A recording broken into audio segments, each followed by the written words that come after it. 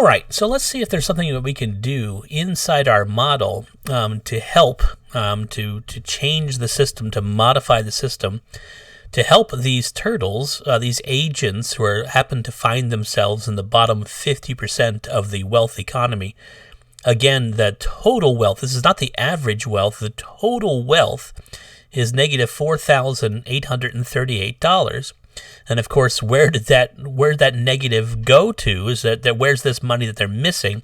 Well, they borrowed it, but it had to go somewhere. It actually went up here to the wealthy top 50%. So the rich are getting richer, the poor are getting poorer, and they're getting in real dollars, they get amazingly poor.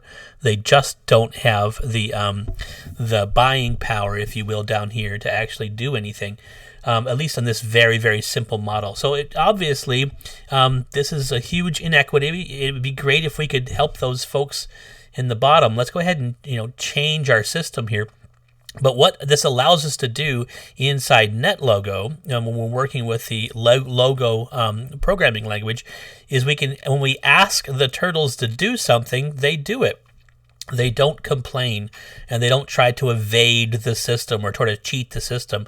So this allows us to see what would happen if we were to ask them to do something, and they're required to comply at 100% compliance and don't complain. We ask them nicely, but they comply without balking. So this is sort of where we ended up in the last video, where we have lots and lots of folks way down here with negative wealth. They're all along this zero area down here. We asked the system not to plot them if we were negative. We have a few, maybe a handful of 500 heirs. Again, 500 is the largest you can get. So, of course, I use the word 500 heirs because we could be calling them millionaires or billionaires, but they're 500 heirs in our little word here. But let's go ahead over to the code, and let's just sort of out of the blue, one thing we might want to do is I'm going to Control-C this. I'm going to duplicate this. One thing we might ask to happen is we might ask the turtles that are wealthy. Let's say the turtles that are halfway to being a 500 heir. So those turtles with wealth greater than 250. Let's go ahead and let's ask them to transact again. Again, what does transaction do? It whether you're talking about a philanthropy and you're giving things away, or whether you're paying money to receive a service, we're going to ask them to transact. We're going to ask them to give their wealth away to another random turtle at the point of another full dollar. So I'm not suggesting this is 100% tax, but it's sort of similar to taxing. We can tax the wealthy, if you will. So we're not going to ask anybody who has less than $250 to do this, but we're going to ask, and when I say ask, I mean we're going to force. We're going to ask the turtles who are very well off and they're halfway to being a 500 heir. We're going to ask them to transact again and go ahead and reduce your wealth by $1 and give your dollar to somebody else. Okay, get another agent. So let's go ahead and do that. I'm going to press the setup. Let's see what happens. Hopefully there's no such thing as people in debt anymore. We're going. We still have some wealthy people. We still have people who are losing the lottery here. How are we doing? Let's watch this through. We're still going fast. One of the things we might notice right away is the wealth, our wealthy area, they're not getting much higher. There's 253, 254. They're not getting much higher than 250. So we've by doing that, by requesting our wealthiest turtles that are $250 and above to transact again and give another dollar, and it sort of sounds like 100% tax. Yeah, we could go in and we could ask them to give 50% or 50 cents or 25 cents. We didn't ask them to do that. We're just doing 100%. So what we're doing is we've capped the economy. We've capped our economy so that the wealthiest, they can't be 500 heirs anymore.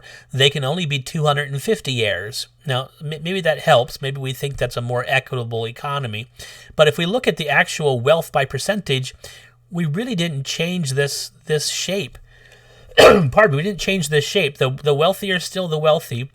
The bottom is still the bottom. Maybe by getting more money from the top, we have less people in debt. But if you look at our graph over here, we seem to have a lot of folks that are still negative, but the overall wealth of the people below 50% seem to be not negative anymore. So maybe that helped by not making the average, pardon me, the total wealth not be negative and have it be a debtor economy, if you will. So maybe we've helped in that way, but there's still a lot of people down here. I keep on saying people. This is not people. This is turtles. And turtles are agents, and the agents have no choice. There's no free will. They have to do what we tell us, which again allows us to adjust the system and see what might happen if we ask the system to do this by passing certain laws and procedures.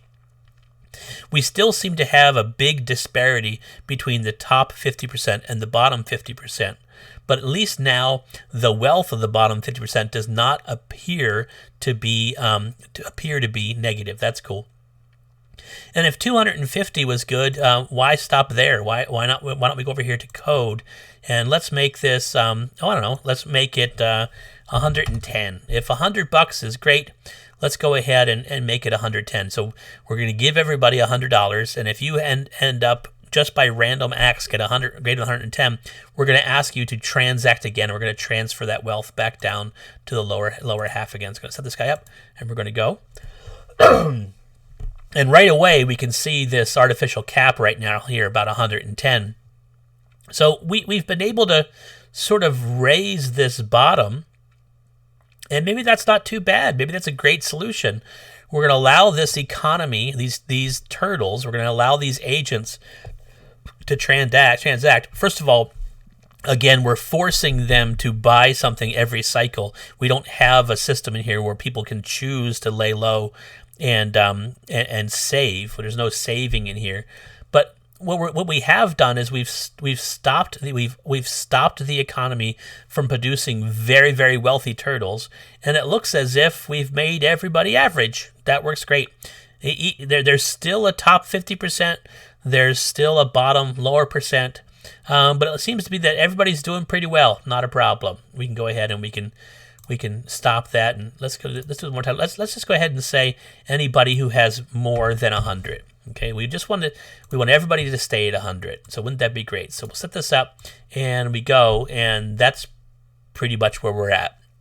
So yeah, it's possible, at least in this scenario, to create an economy where everybody is on day one given $100, and you're allowed to spend your money. And if you happen to get more money than $100, you have to give it back.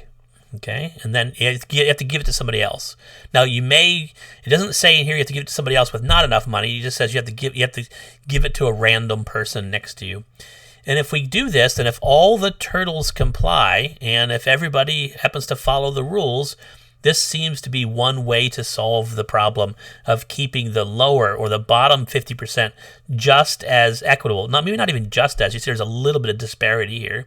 Looks like the low folks have around $93, and the high folks have about $110. So it seems to be a plus or minus $10 in this little economy here. But this economy is just humming along, and this seems to be a great way to exist. If you need $100 in your wallet to go about your daily routine, this would work out well. The only difficulty is that in real life, we're not talking about turtles, and we're not talking about agents. We're talking about humans, and humans have a mind of their own. You'd have to really have a lot of extra things in place. I don't want to say the word force, but I'll use the word force, to force the people, force the agents to do exactly what you tell them to do. And as long as your economy is built like that and people are down with that, more power to you. It looks like this economy of forcing those people who have to give it up and give it to the people who have not, that works great. As long as people sign up for that, that's wonderful. What we're going to do in the next video is we're going to see if we can't find another solution, a competing solution to maybe produce the same thing, but this time maybe not by forcing everyone to just sort of stay still and not advance.